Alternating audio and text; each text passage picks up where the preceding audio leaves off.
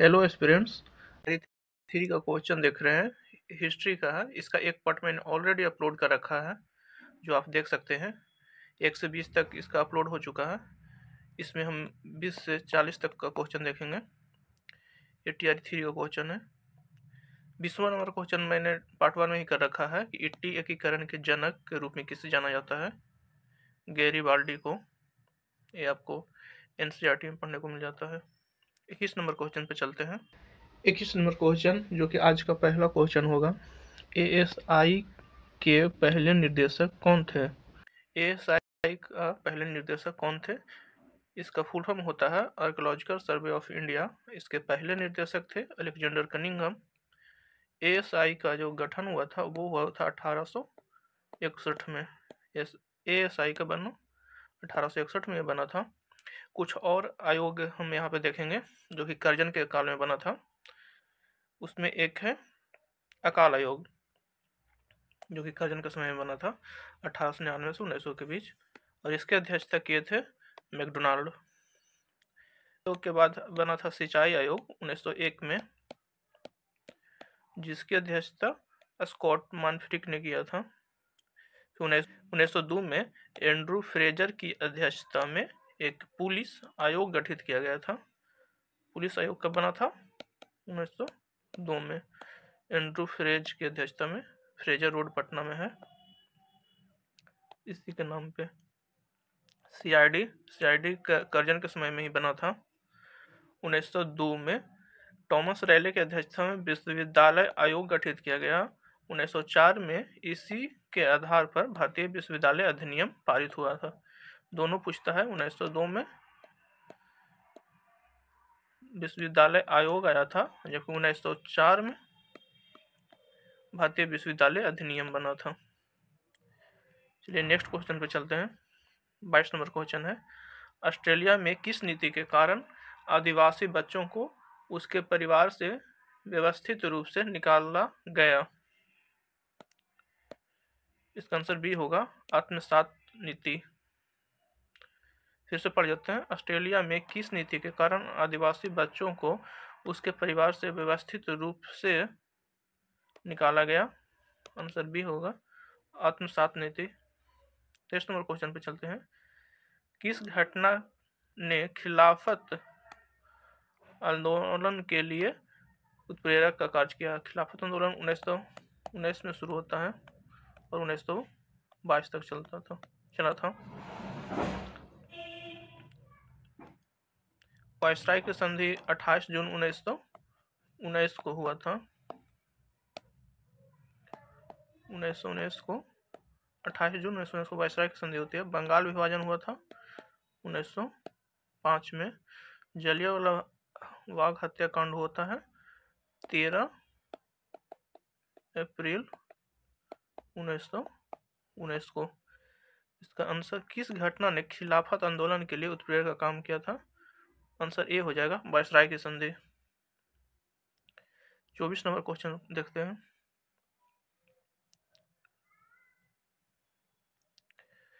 1919 के लखनऊ सत्र के दौरान भारतीय राष्ट्रीय कांग्रेस के अध्यक्ष कौन थे? 1919 के, जहां कांग्रेस लीग मतलब कांग्रेस मुस्लिम लीग की बात हो रहा है, समझौते पर हस्ताक्षर किए थे। कांग्रेस और मुस्लिम लीग एक समझौते पर हस्ताक्षर किए थे। आंसर ए हो जाएगा, अंबिकाचरण मजूमदार, एस.सी. मजूमदार। चलिए कांग्रेस के बारे में कुछ और जानते हैं थोड़ा सा। कांग्रेस के प्रथम अध्यक्ष WC बनर्जी थे। कांग्रेस के प्रथम मुस्लिम अध्यक्ष बहरुद्दीन तैयब जी। प्रथम यूरोपीय जिसने कांग्रेस के अधिवेशन की अध्यक्षता किए थे, जॉर्ज यूल। प्रथम महिला जिसने कांग्रेस के अधिवेशन को संबोधित किया, कतावनी गोंगली। प्रथम यूरोपियन महिला तथा प्रथम महिला अध्यक्ष जिसने कांग्रेस के अधिवेशन की अध्यक्षता की, एनी बेसेंट। जिस अधिवेशन में पहली बार भारत का राष्ट्रीय गीत वंदे मातरम गाया गया था, वो 1896 के कलकत्ता अधिवेशन में गाया गया था। इसके अध्यक्षता कौन थे? रहमतुल्लाह सयानी। वंदे मातरम बंकिम चंद्र चटर्जी के उपन्यास आनंद मठ से लिया गया है। भारत की आज़ादी के समय जेबी कृपलानी कांग्रेस के अध्यक्ष थे। बहुत बार पूछा है कि आज़ादी के समय कांग्रेस के अध्यक्ष कौन थे? जेबी कृपलानी। स्वतंत्रता के बाद 1947 में कांग्रेस का विशेष अधिवेशन नई दिल्ली में डॉक्टर राजेंद्र प्रसाद की अध्यक्षता में संपन्न हुआ। कांग्रेस के सबसे ज्यादा समय तथा सबसे कम उम्र के अध्यक्ष थे कौन? अबुल कलाम आजाद। 40 से 45 तक ये रहे थे, बीच में अधिवेशन हुआ ही नहीं था, तो ये लगातार रह गए थे 40 से 45 तक। आज़ादी के समय जेबी कृपलानी कांग्रेस के अध्यक्ष थे। 24 के बाद 25 नंबर पर चलते हैं। ताना भगत आंदोलन, ये बीटीबीसी में पढ़ना है डिटेल में इसके बारे में।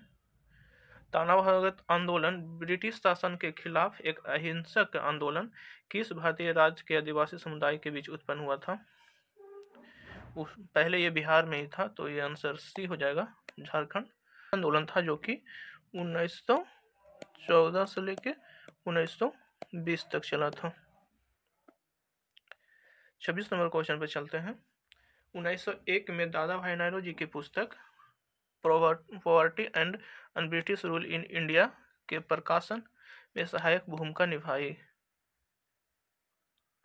इसका आंसर बी होगा। ब्रिटिश उपनिवेशवाद द्वारा भारत के आर्थिक शोषण पर प्रकाश डाला गया था इस पुस्तक में, जो कि 1901 में दादा भाई नौरोजी ने लिखा था, poverty and British rule in India. इसमें भारत के आर्थिक शोषण पर प्रकाश डाला गया था। कुछ पुस्तक यहाँ पे हैं जो कि महात्मा गांधी के हैं, इसको हम देखेंगे। महात्मा गांधी की कुछ पुस्तकें देखेंगे और पत्र भी। 1909 में हिंद स्वराज गुजराती भाषा में लिखा गया था, महात्मा गांधी लिखे थे। 1919 में नवजीवन एक दैनिक समाचार पत्र था, गुजराती और हिंदी भाषा दोनों भाषा में प्रकाशित हुआ था। 1919 में ही यंग इंडिया एक साप्ताहिक था, अंग्रेजी में प्रकाशित हुआ था। 1925 में the story of my experiment with truth, ये अंग्रेजी में उनकी आत्मकथा थी। 1933 में हरिजन एक साप्ताहिक था जो कि हिंदी और अंग्रेजी में प्रकाशित हुआ था। ये महात्मा गांधी की कुछ पुस्तकें हैं, उनके ईयर्स। नेक्स्ट क्वेश्चन पे चलते हैं। रॉयल इंडिया नेवी विद्रोह, जिसे बॉम्बे विद्रोह के नाम से भी जाना जाता है, किस वर्ष हुआ था? बॉम्बे विद्रोह 1946 में हुआ था। एक नेवी विद्रोह था जो 1946 में हुआ था, बम्बई में हुआ था। सिर्फ बम्बई में नहीं हुआ था, फिर बहुत जगह फैल गया था, कराची तक फैल गया था। उसमें पाकिस्तान भारत का ही भाग था, यानी कि आज़ादी के पहले की बात है। और जो पोर्ट था उसका नाम था INS तलवार। इसी जहाज पे ये विद्रोह प्रारंभ हुआ था, रॉयल इंडिया नेवी विद्रोह 1946 में INS तलवार पे। 28 नंबर पे चलते हैं। औपनिवेशिक काल के दौरान रेलवे का भारतीय उद्योग पर क्या प्रभाव पड़ा? औपनिवेशिक काल के पहला ऑप्शन देखते हैं। दूर दराज के क्षेत्रों में उद्यमिता को प्रोत्साहित किया। ऐसा नहीं था, रेलवे अपना माल यहाँ पे सिर्फ बेचने के लिए उन्होंने बनाया था, तो उद्यमिता को तो प्रोत्साहित नहीं किया था, पहला गलती हो जाएगा। आयात को बढ़ावा देकर औद्योगिक विकास की बाधा डाली थी। यस, ये सही है, क्योंकि आयात वहाँ से लंदन से वो आयात करते थे, भारत में बेचते थे। रेलवे इसीलिए बनाया गया था कि वहाँ से अपने सामान को वो दूर दूर इलाकों में जाके पहुँचा सके या ले जा सके। तो आंसर बी हो जाएगा। ऑप्शन सी भी देख लेते हैं। सस्ता परिवहन प्रदान करके औद्योगिक विकास को बढ़ावा देना नहीं चाहते थे भारत में। यहाँ के कुटीर उद्योग के वो समाप्त कर रहे थे, वहाँ से सस्ता माल लाते थे, यहाँ पे बेचते थे। और ये परिवहन के लिए नहीं था, सस्ता परिवहन नहीं था, बिल्कुल नहीं था। 29 का देखते हैं कि प्रथम विश्व युद्ध के दौरान किस ब्रिटिश नीति का उद्देश्य भारत में असहमति को दबाना और नागरिक स्वतंत्रता को कम करना था? प्रथम विश्व युद्ध के दौरान, प्रथम विश्व युद्ध हुआ था 1914 से चला था 1918 तक, लेकिन साइमन कमीशन आया था 1927 में बना था, लेकिन भारत आया था 1928 में। ये प्रथम विश्व युद्ध से तो बहुत 100 साल आगे, सॉरी 10 साल आगे की बात है ये। भारत सरकार अधिनियम 1935, रॉलेट एक्ट इसी के पास में है। जैसे ही युद्ध खत्म होता है तो रॉलेट एक्ट होता है 1919 में। आंसर सी होगा 1919। बीपीएससी ने सी ही आंसर दिया 1919। लेकिन यहाँ पे लिखा है प्रथम विश्व युद्ध के दौरान, लेकिन रॉलेट एक्ट प्रथम विश्व युद्ध के बाद बना था, लेकिन इसके पास में है तो ऑप्शन यही मार सकते हैं।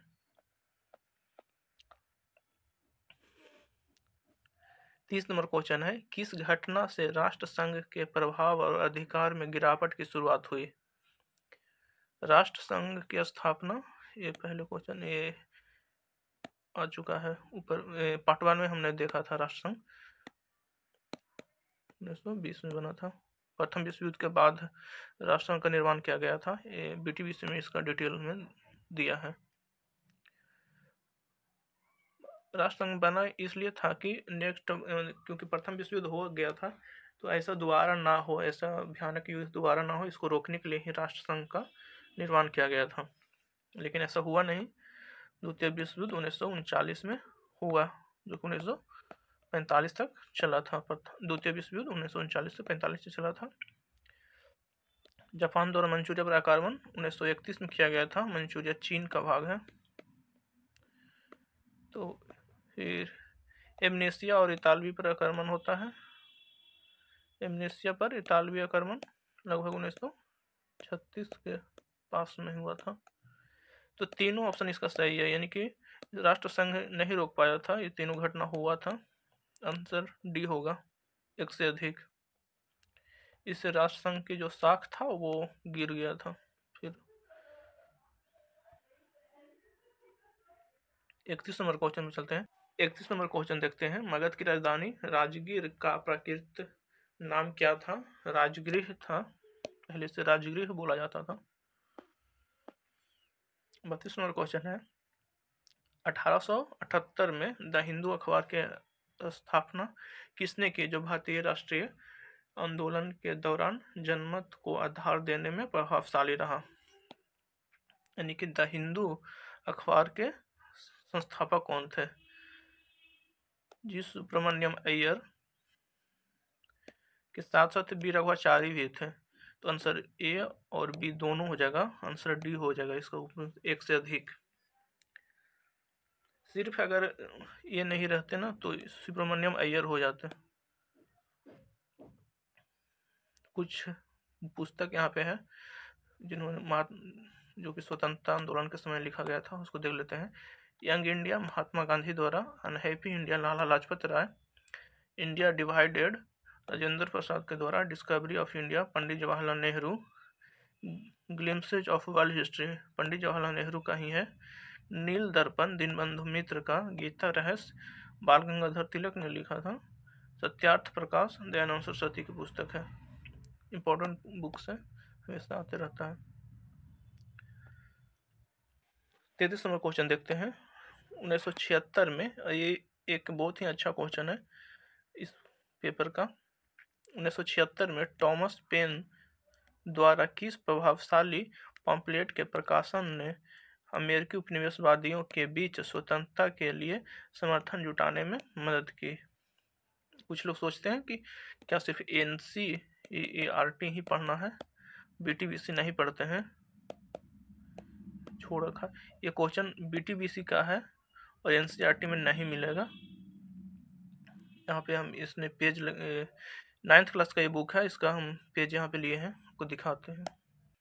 1976 में टॉमस पेन की किस प्रभावशाली पॉम्पलेट के प्रकाशन ने अमेरिकी उपनिवेशवादियों के बीच स्वतंत्रता के लिए समर्थन जुटाने में मदद की? है स्वतंत्रता की घोषणा, द फेडरलिस्ट पेपर्स, सामान्य ज्ञान, उपरोक्त में से एक से अधिक कोई नहीं। इसका आंसर आपको यहाँ पे मिल जाएगा, पेज नंबर 14 है, ये BTBC का 9th क्लास का बुक है। यहाँ पे सेम लाइन दूसरे पहला लाइन में ही है। 1976 में टॉमस पेन की लघु पत्रिका कॉमन सेंस, है ना, ये बुक थोड़ा सा धुंधला है उस पेज में, BTBC का ऐसा ही क्वालिटी छपा है। उसमें ये पहला ही लाइन में है 1976 का टॉमस पेन की पुस्तक कॉमन सेंस, लेकिन ऑप्शन में कॉमन सेंस है नहीं। कॉमन सेंस को इसने हिंदी में समान ज्ञान लिख दिया है, जबकि इंग्लिश आपका इसको देखिएगा तो उसमें ये कॉमन सेंस ही लिखा है। सॉरी, 1933 में कौन सा सी ऑप्शन कॉमन सेंस है ना, टॉमस पेन की पुस्तक कॉमन सेंस पंपलेट था ये। आंसर सी हो जाएगा। इसलिए बीटीबीसी भी पढ़ना जरूरी है, कुछ कुछ क्वेश्चन बीटीबीसी से ही आया था। और बीटीबीसी में काफ़ी डिटेल में भी लिखा है कुछ चीज़ें, जैसे अमेरिका का स्वतंत्रता संग्राम बीटीबीसी में ही बहुत डिटेल में दिया है, जबकि एनसीईआरटी में उतना नहीं है या ना के बराबर ही है अमेरिका का स्वतंत्रता संग्राम। 33 का 34 नंबर क्वेश्चन पे चलते हैं। 34 नंबर क्वेश्चन देखते हैं। यूरोप में 1848 की क्रांतियां मुख्यतः निम्न मांगों से प्रेरित थे। क्या मांग थी यूरोप की? धार्मिक स्वतंत्रता, सहिष्णुता नहीं, आर्थिक समानता और समाजवाद नहीं, राजनीतिक सुधार और लोकतंत्र। आंसर सी हो जाएगा। ये एनसीईआरटी पढ़ना पड़ेगा इसके लिए, तो ये उसमें था एनसीईआरटी का। 35 नंबर क्वेश्चन है। 1904 में रिवोल्यूशनरी सोसाइटी की स्थापना किसने की, जिसका उद्देश्य ब्रिटिश शासन के विरुद्ध सशक्त क्रांति करना था? 1904 रिवोल्यूशनरी सोसाइटी बीडी सावरकर का था, विनायक दामोदर सावरकर। आंसर बी हो जाएगा। 54 का वुड डिस्पैच किससे संबंधित था? ये भी एक अच्छा क्वेश्चन है। वुड डिस्पैच किससे संबंधित है? 1954 में आया था वुड डिस्पैच। भारत में विश्वविद्यालयों की स्थापना से आधुनिक शिक्षा, सामाजिक सुधार। चलिए इसको डिटेल में देखते हैं। चार्ल्स वुड का वुड डिस्पैच, चार्ल्स वुड का डिस्पैच यानी कि गवर्नर जनरल उसमें कौन था? लॉर्ड डलहौजी के गवर्नर जनरल कौन थे? लॉर्ड डलहौजी के काल में आया था 1854 में। इसमें क्या था कि भावी शिक्षा के लिए एक बृहद योजना की फ्यूचर में शिक्षा कैसे दिया जाएगा। इसे भारतीय शिक्षा का मैग्ना कार्टा भी कहा जाता है। इसमें पाश्चात्य शिक्षा यानी कि वेस्टर्न एजुकेशन का प्रचार था। उच्च शिक्षा के लिए यानी कि यूनिवर्सिटी के लिए अंग्रेजी माध्यम तथा प्राथमिक शिक्षा के लिए जन भाषा यानी कि मदर टंग जो होता है ना, बोलचाल वाली भाषा, वो। शिक्षा के लिए निजी प्रयत्नों को प्रोत्साहन, महिला शिक्षा को प्रोत्साहन, कलकत्ता, मद्रास, बम्बई 3 विश्वविद्यालय की स्थापना शामिल था। इसके बाद देख लेते हैं हंटर शिक्षा आयोग 1882 से 83 में आया था। शिक्षा नीति प्रावधान 1913। सैडलर आयोग बहुत बार पूछा है कि सैडलर आयोग कब आया था? 1917 से 1919। तो इसमें एक से अधिक हो जाएगा। चार्ल्स वुड डिस्पैच किससे संबंधित है? पुरुष से एक से अधिक। 37 नंबर क्वेश्चन पे चलते हैं। उत्तर वैदिक काल के दौरान, ये दोनों कर जाएगा, उत्तर वैदिक जैसे हम देखेंगे के दौरान रचित किस प्राचीन भारतीय ग्रंथ में दार्शनिक भजन और ब्रह्मांड विज्ञान और नैतिकता का चर्चाएं शामिल हैं? तो उत्तर वैदिक में उपनिषद हो जाएगा। भारत में पहला सूती कपड़ा मिल किस वर्ष स्थापित की गई थी? इसका आंसर बी दिया है, जो कि सही ही है। बी में पहला हुआ था बट ये असफल हो गया था 1854 में। पहला सूती कपड़ा मिल जो कि सफल हुआ था। ये बीटीबीसी का है, इस बीटीबीसी का बुक में भी ये लिखा हुआ है। 1954 में सफल, 1918 में पहला स्थापित हुआ था लेकिन ये असफल हो गया था। आंसर भी होगा 1918 है। 1917 की क्रांति के दौरान बोल्शेविकों का नारा क्या था? ये बोल्शेविक क्रांति रूस की क्रांति में है पढ़ना, और ये एनसीईआरटी में से ज़्यादा बीटीबीसी में इसके डिटेल में लिखा है। आंसर सी हो जाएगा, शांति, भूमि और रोटी। यहाँ पे हम आपको जूम करके ये थोड़ा सा दिखा देते हैं।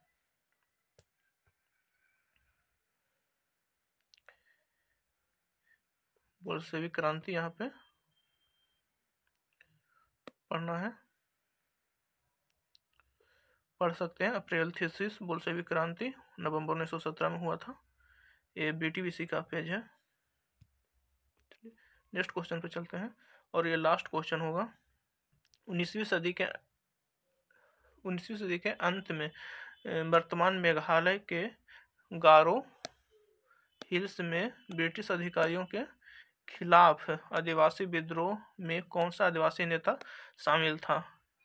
इनमें से कोई नहीं हो गया, आंसर ई हो जाएगा। और ये थे 40 क्वेश्चन। इस पार्ट में हमने 20 क्वेश्चन देखा है और पहला पार्ट में 20 क्वेश्चन देखा था।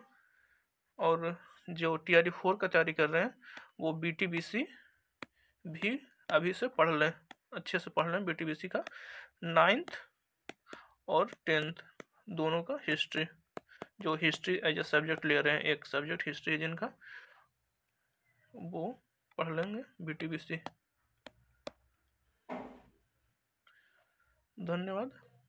मिलते हैं नेक्स्ट पार्ट में, जो कि पॉलिटी का क्वेश्चन होगा या फिर ज्योग्राफी भी हो सकता है। पहले ज्योग्राफी देख लेंगे फिर पॉलिटी देखेंगे। बाय।